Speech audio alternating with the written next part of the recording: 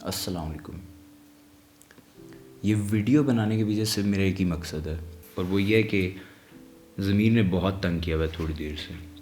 कुछ दिनों पहले मुझे एक वीडियो मिली मौलाना ख़ादिम रिज़वी की, जिसके अंदर वो ज़िंदगी तमाशा फ़िल्म को बैन करने की बात कर रहे थे।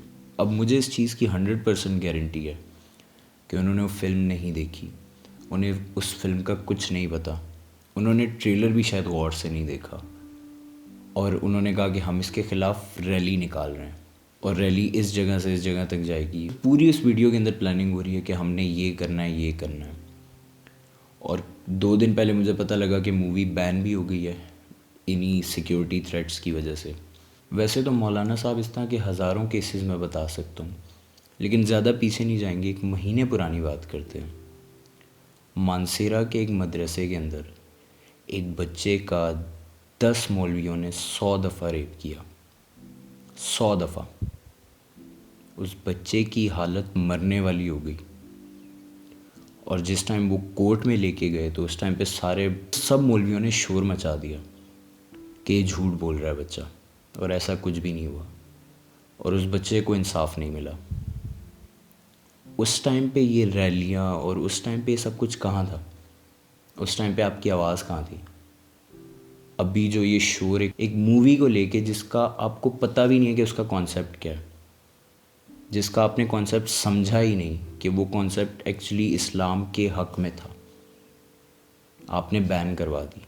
मुबारक हो आपको। लेकिन जब वो केस हुआ बच्चे का, उस टाइम आप कहाँ थे? उस टाइम आपकी ये जो फ़ौज है जो तैयार हो जाती है धरनों के लिए, वो कहाँ थी उस टाइम पे? चलो उस बच्चे को साबित कर दिया कि वो बच्चा झूठा है, वो बच्चा झूठ बोल रहा है, मान लिया। 2 दिन पहले मुझे व्हाट्सएप पे एक वीडियो रिसीव हुई जिसके अंदर मदरसे के अंदर एक बच्चे का रेप किया जा रहा है।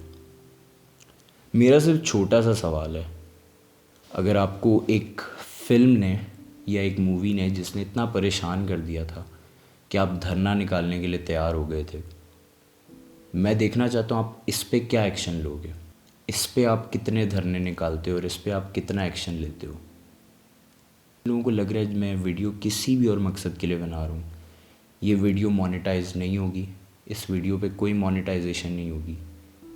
मैं सिर्फ इस वीडियो के थ्रू ये मैसेज देना चाहता हूँ कि मैं देखना चाहता हूँ कि कितने कितने सच्चे और सादिक लोग हैं ये, और कितने जो है वो हक़ के लिए लड़ने वाले लोग हैं, कितने जो है ये इस्लाम के लिए लड़ने वाले लोग हैं।